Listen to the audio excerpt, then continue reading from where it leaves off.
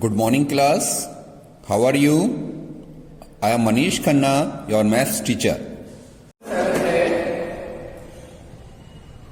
To know the opinion of a student about the subject statics, a survey of 200 students were conducted and the data is recorded in the following table. ये data आपको यहाँ दे रखा है कि like and dislike, statics को like करने वाले जो बच्चे हैं वो आपको दे रखे हैं हाउ मच 135 एंड डिसलाइक करने वाले जो बच्चे हैं वो आपको दे रखे हैं 65.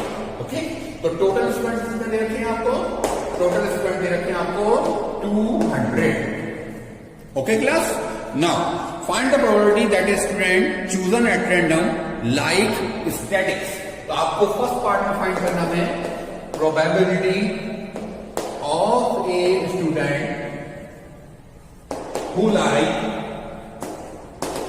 statics.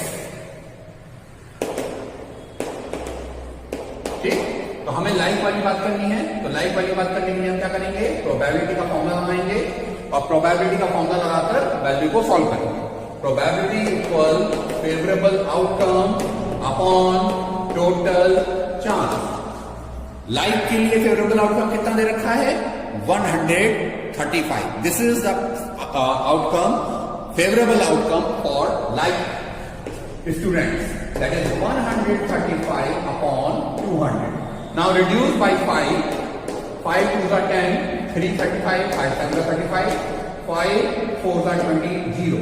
Your answer will become 27 upon 40. तो आपका आंसर क्या आ गया यहाँ पर? आपका आंसर आ गया है 27 अपॉन 40. नाउ सेकंड पार्ट में उसने आपसे जब पूछा है find the probability who doesn't like dislike. तो probability of a student who dislike statistics.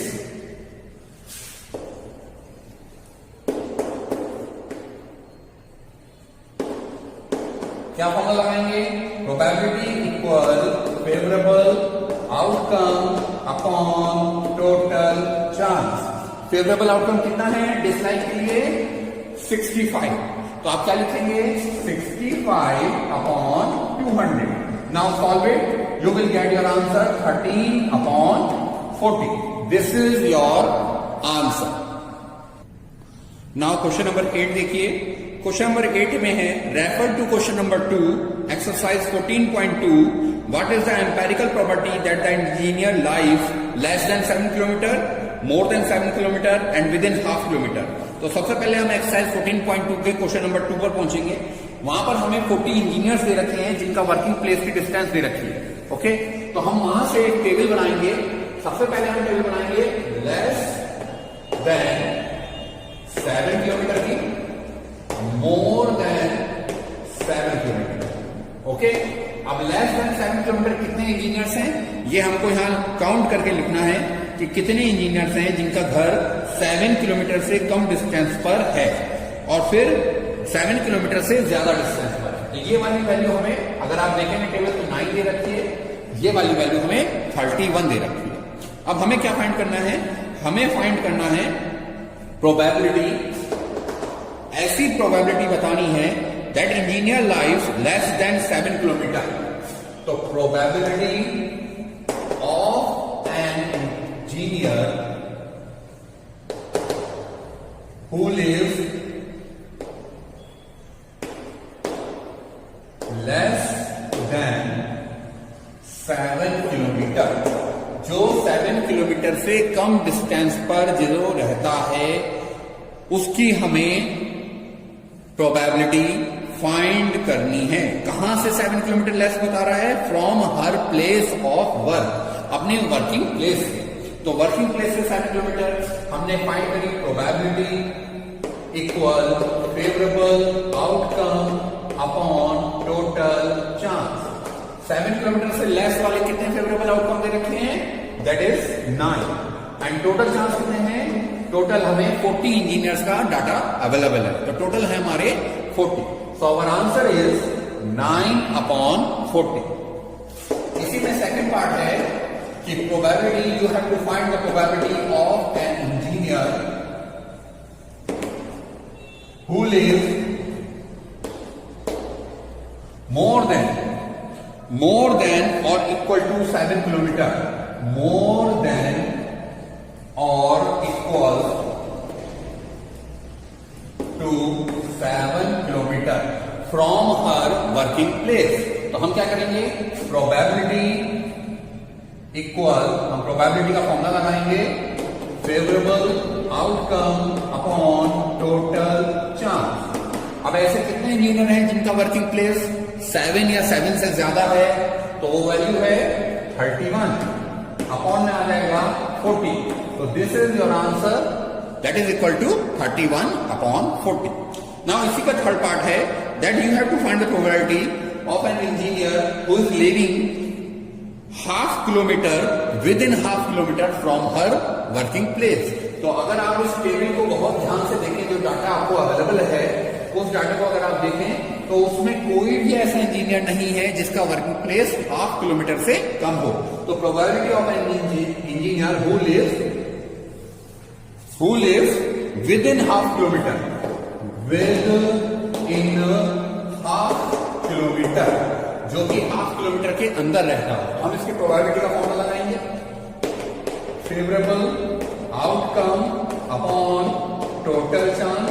और ऐसे इंजीनियर कितने अवेलेबल है हमारे पास, ऐसे इंजीनियर अवेलेबल है 0। तो our answer will become 0। This is the question number 8। Now we will do next question. Question number 9 and 10 में आपको एक्टिविटी है, ये आपको एक्टिविटी करनी है, you will do yourself. Now we will do question number 11। तो question number 11 देखिए,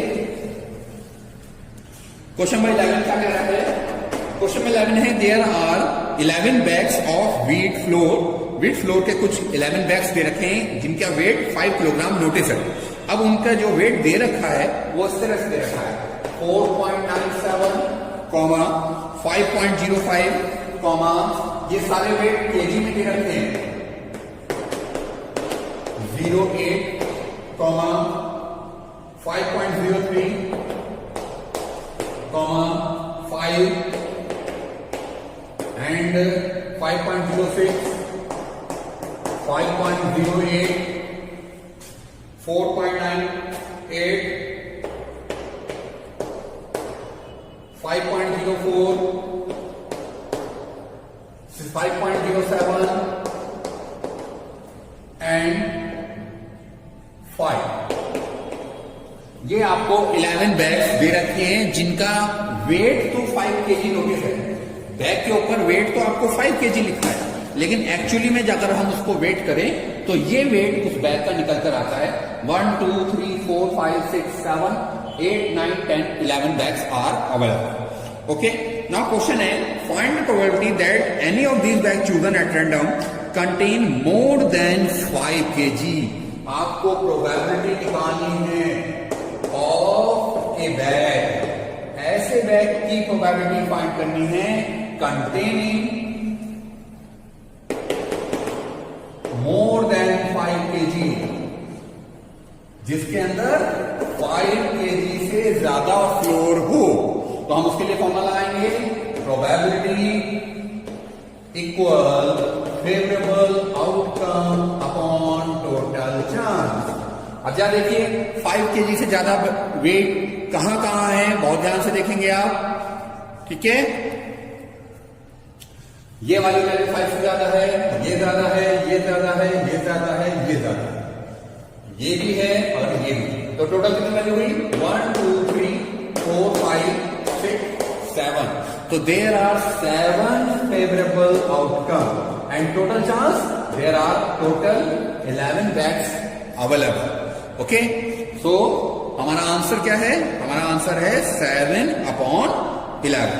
okay, now we will do next question, question number 12।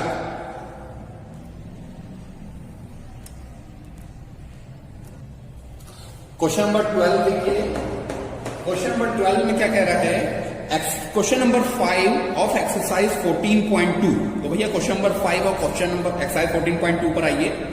You were asked to prepare a frequency distribution table regarding the concentration of sulfur dioxide in the air in parts per million of a certain city of 30 days. ठीक है, exercise 14.2 में आपने question number 5 करा था, वहां पर आपने एक टेबल बनाई थी, फ्रीक्वेंसी टेबल. तो उसी टेबल का आपको यूज करना है. And you have to find the probability of the concentration of sulphur dioxide in the interval 0.12 to 0.16. 0.12 to 0.16 के इंटरवल की बात हमें करनी है. ये क्वेश्चन एक्चुअली क्या है? एक्चुअली क्वेश्चन नंबर 5 है, एक्सरसाइज 14.2 का, जिसमें आपने एक टेबल, फ्रीक्वेंसी डिस्ट्रीब्यूशन टेबल आपने बनाई थी. उस टेबल में जो वैल्यू आई थी 0.12 से 0.16 की, जो यहां वैल्यू आई थी आपको उस डाटा की फ्रीक्वेंसी फाइंड करनी है. ओके, अब यह टेबल आपने बना रखी है, आप अपनी आंसर शीट से, क्वेश्चन बुक से देख सकते हैं, नोटबुक से. तो वहां पर जो आपकी प्रोबेबिलिटी, इस वाली वैल्यू का रेंज का जो आउटकम आया था, फ्रीक्वेंसी आई थी, वो फ्रीक्वेंसी है 2. तो you have to find the probability of the sulphur dioxide between 0.12 to 0.16.